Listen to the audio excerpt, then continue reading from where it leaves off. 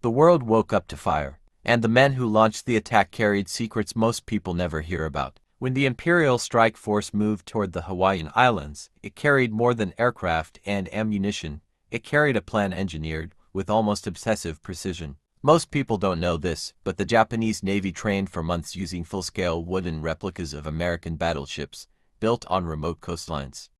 Pilots practiced attack angles, torpedo drops, and dive sequences until they could perform them blindfolded. Another little-known fact, the strike commander, Mitsuo Fukita, carried a specially modified flare pistol. He fired two flares into the air to signal that total surprise had been achieved. Those flares were the moment the attack officially began. The torpedo bombers themselves were also a surprise weapon. Standard Japanese torpedoes were useless in shallow water. They would simply hit the bottom. Engineers secretly designed wooden stabilizers that allowed torpedoes to skim just under the surface. Nobody in U.S. naval intelligence believed such a weapon was possible. The attack waves were choreographed like a machine. Dive bombers came first, meant to pin down anti-aircraft gunners.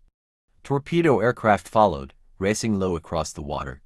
High-level bombers came last, dropping armor-piercing explosives originally designed to punch through the decks of battleships. There's another detail people rarely hear about. Some Japanese pilots carried ceremonial scarves and senenbari, thousand-stitch belts sewn by entire towns for good luck.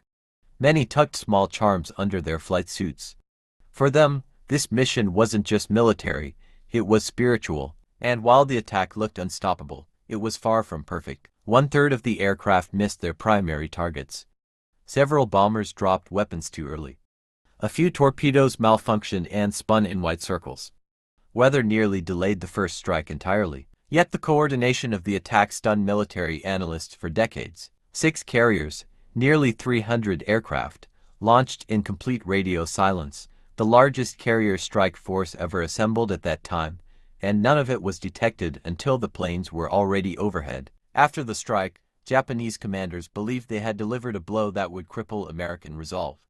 What they didn't expect was how quickly the United States would mobilize, or that this single morning would ignite one of the most intense military campaigns in world history. So when we talk about that day, we're not just talking about an attack. We're talking about engineering, planning, ritual, luck, and a chain of decisions that changed the entire direction of the 20th century, all set in motion by men who believed they wouldn't return home.